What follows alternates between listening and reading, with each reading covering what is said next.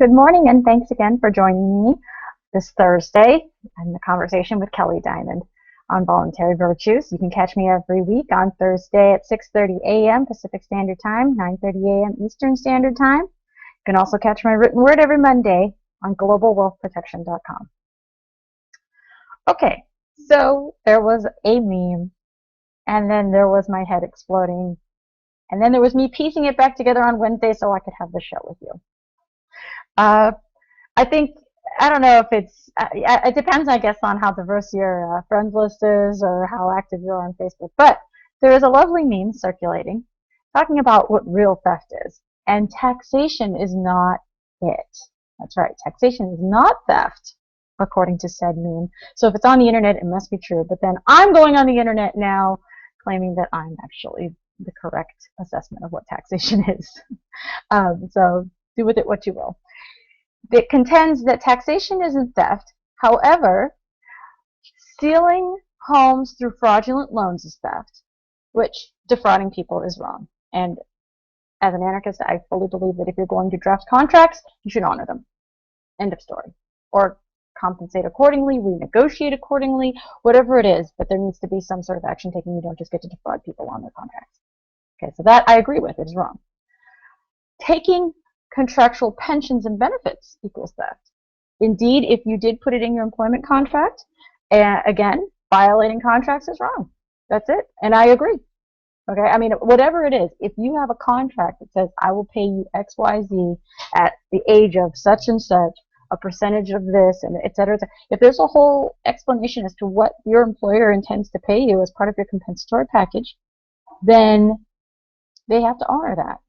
That, to me, makes sense. Still makes sense. Taking government bailout money. But there's more. Taking government bailout money and bonusing executives who caused the problems in the first place is theft. I understand what they're trying to do. Taking government money, period, is theft. Okay? Because essentially what you're doing is you're validating and endorsing the taxation process by which this money is procured. If I have bailout money as the government to give you, I didn't just pull that out of my private stash.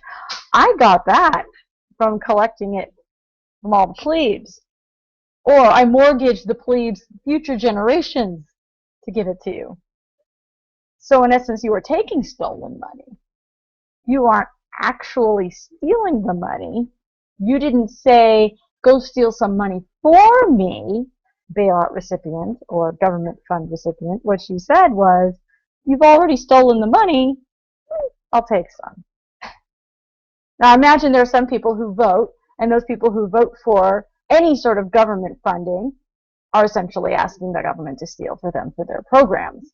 So if you are a voter and you vote for more social programs, you vote for stronger defense, you vote for more regulations, you vote for any more government activity that's going to require taxpayer dollars, then you are essentially commissioning a third party to steal on your behalf for your own political agenda, in which case the person who is voting is the mastermind or the person behind the theft, or at least an active participant in the theft.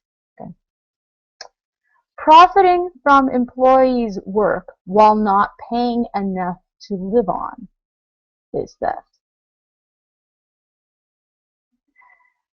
The poetic license that some of these people take is well beyond what the English language can semantically shoulder. Okay. You can call it wrong, and that's fine. We can discuss right and wrong on a philosophical level, and because right and wrong can have a gray area in some cases, we can have that discussion, and it's fungible. You can make the case. I might not agree with you. You might not agree with me in terms of what constitutes right and wrong, but at least we aren't misusing words altogether. Okay. Theft in an employee-employer relationship is called slavery.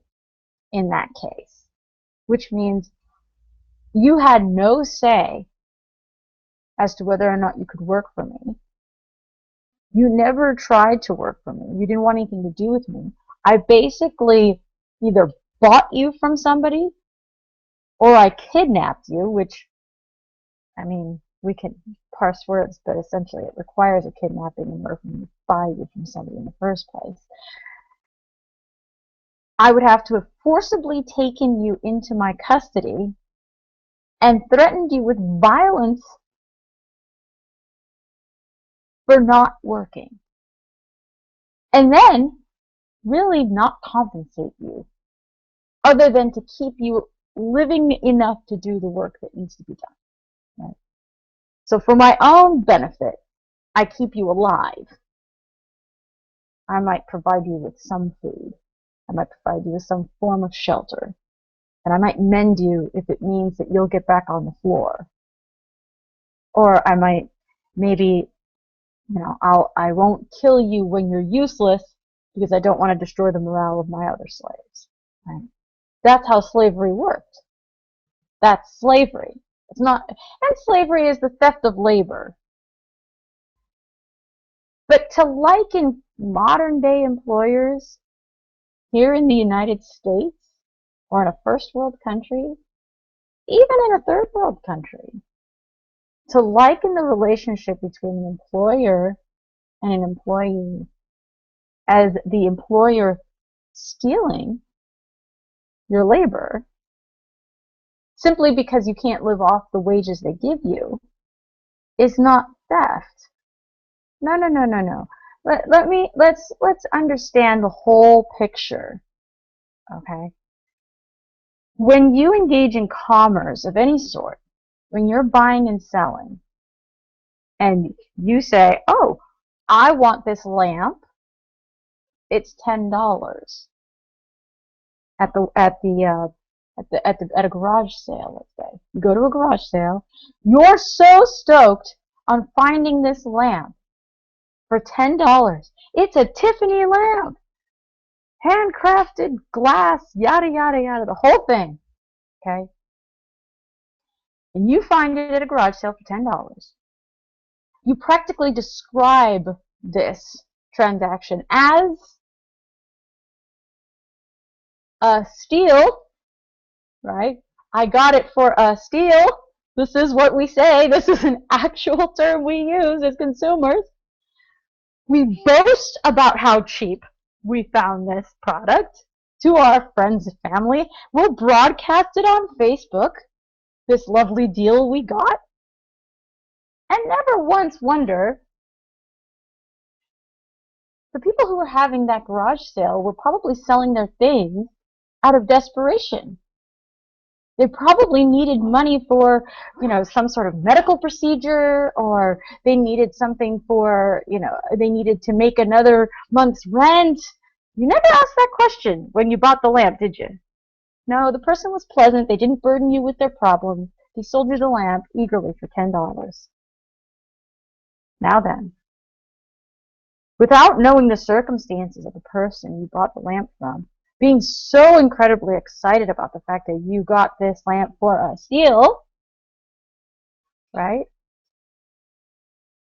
Then you find out later that the person who had this yard sale had all these problems. Do you actually feel as though you stole the lamp? Do you feel that there should have been a law that would essentially entail an officer to come after you and arrest you for the act of theft because you underpaid for the lamp and the proprietor of said lamp was in dire straits, needing more money than your $10?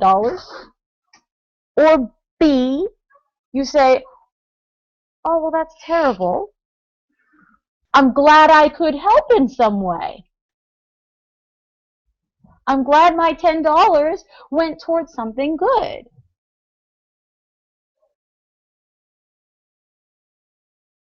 I'll let you decide that for yourself.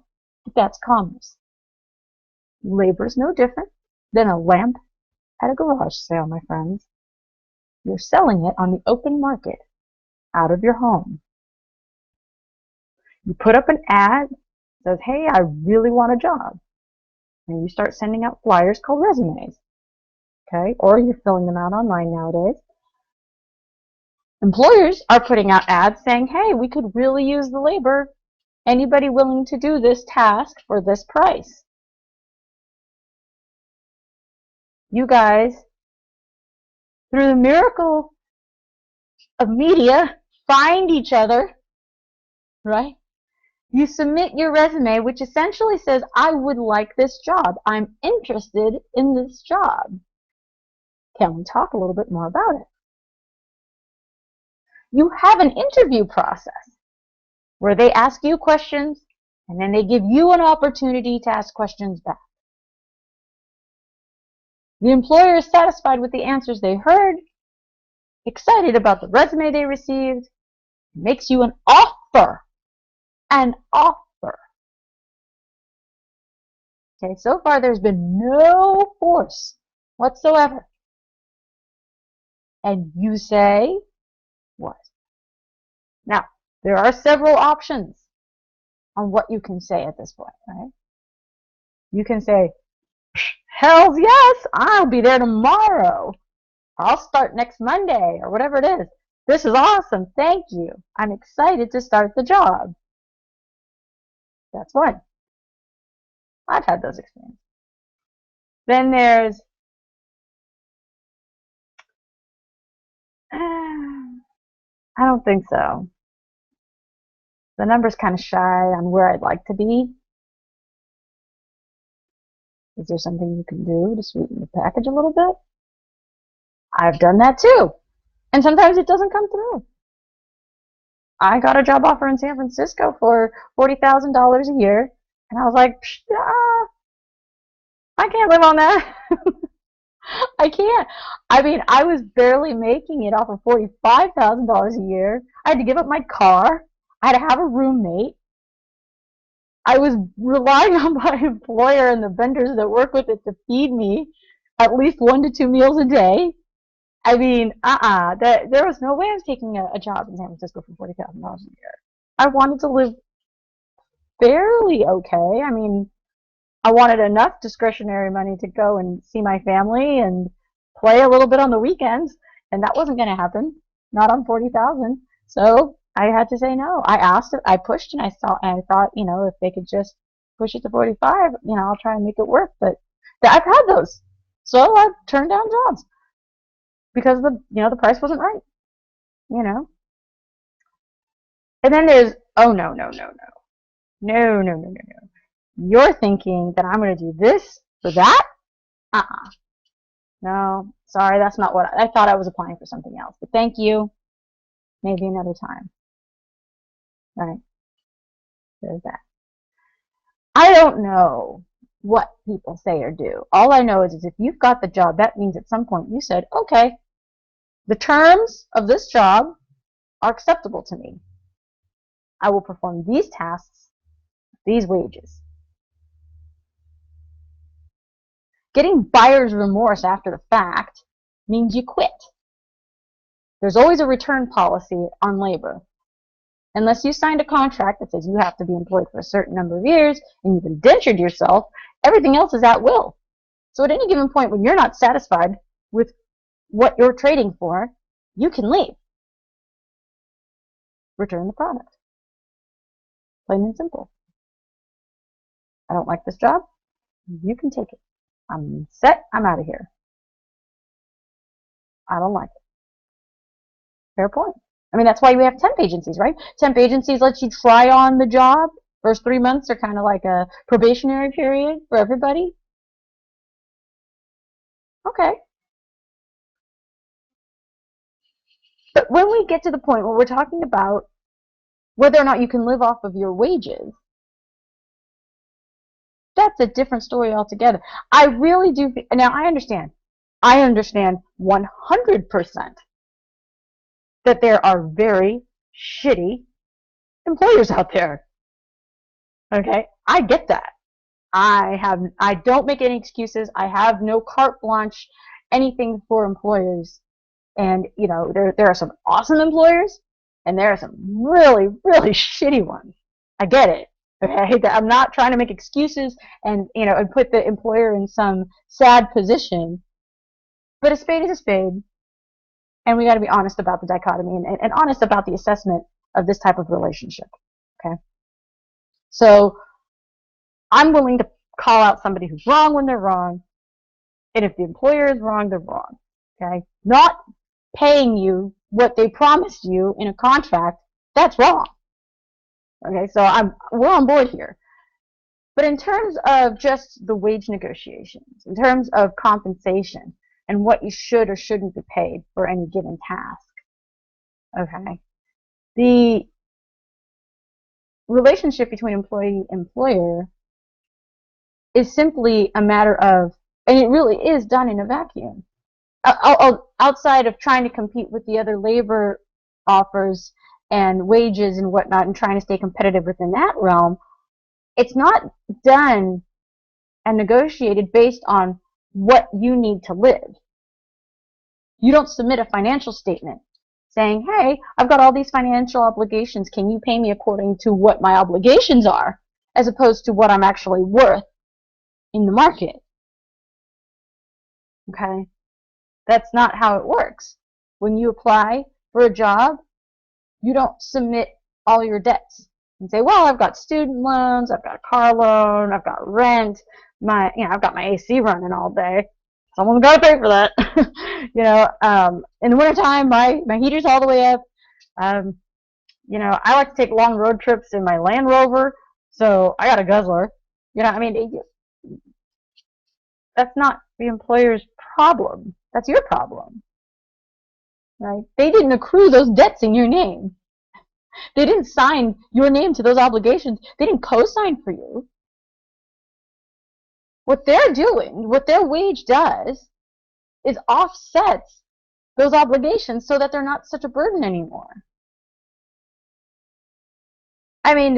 What's really funny is that the one entity that's providing the means by which to provide for yourself is being vilified for not providing enough. But it's not their job to provide enough. It's up to you to provide enough for yourself. Now, living, just living, okay, that means getting by. And I'm talking about living as in, you're out on your own. You're completely self-sustaining. Okay, you're off the grid, but you still got to live. Just the acts of living is work. That means if you're not going to hire somebody to build your house, your ass is building your own house. Okay? If you're not going to pay a grocer to procure all of your edibles in one convenient spot and can them for you, then you're out there gardening and harvesting and canning and jarring and doing whatever is necessary to get your goods. Right? If you need clothing, apparently you're growing cotton. Right? Or you're skinning animals. Which is, if you can pull this off, then God bless. Because to me, that's amazing. I am not a handy person. I already know that I have to outsource most of the stuff that I need. I know this. Which is why I go work and do something I know how to do, so I can pay somebody to do things I don't know how to do. If somebody's going to take time out of their day providing for themselves, whereas I could have been hunting right now, I'm building you a house, then I should compensate them for that. I'm going to compensate them, obviously, for their time, and I have to compensate them for the materials. I got to compensate them for the actual labor, the work performed. There's all sorts of stuff that I have to rightfully compensate them for. That just makes sense. Because I'm not doing it. Somebody else is. Right? So I got to pay them. But how much I pay them is negotiable. But the thing is that if I have rent and I have utilities and I have a car payment and I've got, you know, every other burden in the world that I got to pay for, self-induced or otherwise, that's not my employer's problem. My circumstances are my slave master then. Right? I'm a slave to my circumstances. If I accrued a shit ton of debt, I put myself in a really shitty position financially.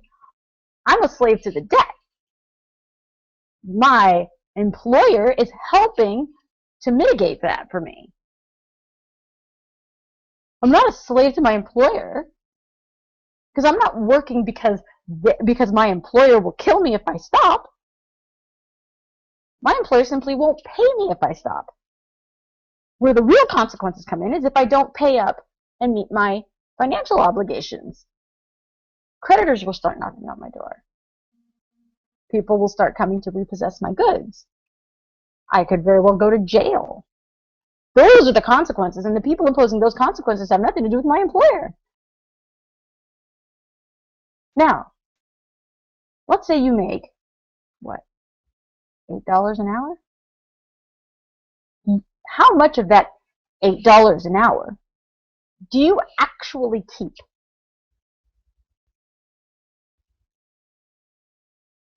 Not much, right?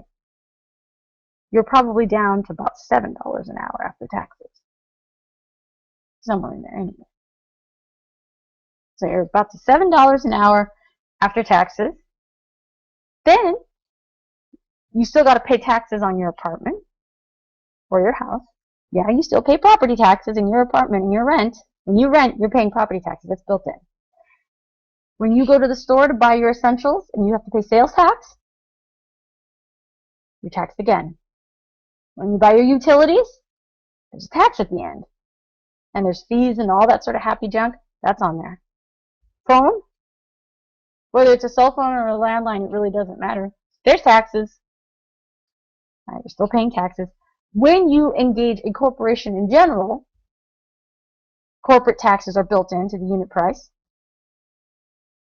So you're paying taxes again.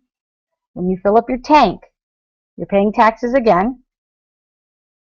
40 cents a gallon in some states. 30 to 40 cents a gallon. You're getting pissed about an oil company making 8 cents a gallon? Try thinking about what your government's doing to the price of gas at 30 to 40 cents a gallon. You're paying all these taxes. Okay? I'm not even talking yet about the hidden tax of inflation. Okay? But in the end, if you just left the inflation out for a second and just talked about the taxes that you got, okay, your dollar can't do very much, can it? Your cost of living is too high. You can't afford the things that you need. And it's not the wage that's to blame. It's everything outside of the company that's to blame. It's not your employer that's to blame. They're not the ones who are jacking up the prices out there. They're the ones who are helping you face that reality and are enabling you to face that reality. Okay? Your employer is not responsible for the entire cost of living in any given country. Now, $8 an hour seems paltry here. $8 an hour in Thailand, you're living like royalty. The same US dollar. Take US dollar, $8, translate that into baht, go to Thailand, and make that an hour. You're living well. You can live well off of $500 a month. So $8 an hour, you're living well. I mean, very well. So it's relative. The $8 an hour is clearly not the issue when pitted against a spectrum of other countries. $8 an hour is only problematic in countries like this one, where the cost of living is ridiculous. But why is the cost of living so fucking ridiculous? $8 an hour was not a problem in 1960. Right? $8 an hour in 1960 was all right. That's not bad. $8 an hour in 2014 in the United States. So era, right, and country play a role in why $8 an hour is no longer enough. But $8 an hour isn't enough, not because you have a shithead for an employer. $8 an hour is not enough because when all's said and done, there's nothing left for you after the government keeps siphoning off money from the top of everything you do. You work. Your employer made good. Your employer made good on 100% of your wages and said, here's $8 an hour. P.S. You should know that your employer is also paying anywhere from $2 to $4 an hour extra for you that you never get to see in the form of FICA compensation and taxes and unemployment insurance. So that $2 to $4 an hour, you don't even get to see it. It goes straight to the government. Okay? It goes straight to the government. You don't even get to opt out of it. You just don't get to see it. But they pay it. So when you say, I only make $8 an hour, try $10 or $11 an hour. That's what the employer is paying for you. That's what they're paying for you. That you don't get to see it. That's not their fault. And more importantly, your circumstances are not their fault.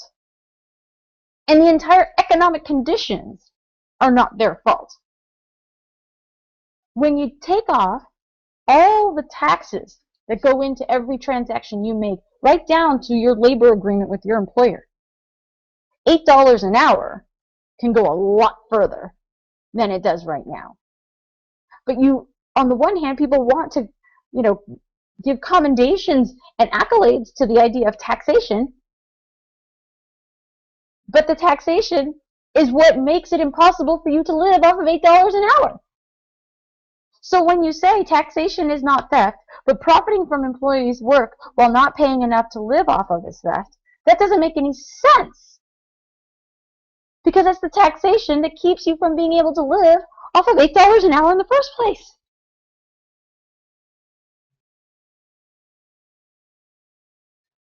How do you blame the employee or the employer who has absolutely no say and has constantly said, don't tax anymore? Employers are typically the ones who are saying, especially small business owners, are the ones who are saying, stop with the taxes already. Stop with the regulations already. Stop with all these extra costs that no one benefits from. Stop with this and just let people be. They're $8 an hour. If you could keep the entire check and never pay another tax, imagine how much lower your bills would be. Your rent would go down. Your grocery bill would go down. Your discretionary expenses would go down. Your utilities would go down. Your entire cost of living would go down. But you're blaming your employer for not keeping up with the rate of taxation that you demanded? That makes no sense. That's not theft, and that's not slavery. That's a distorted worldview that doesn't have anything to do with reality or economics. Okay, so another rant by me. Thanks for joining me, and I'll catch you next week. Take it easy. Bye.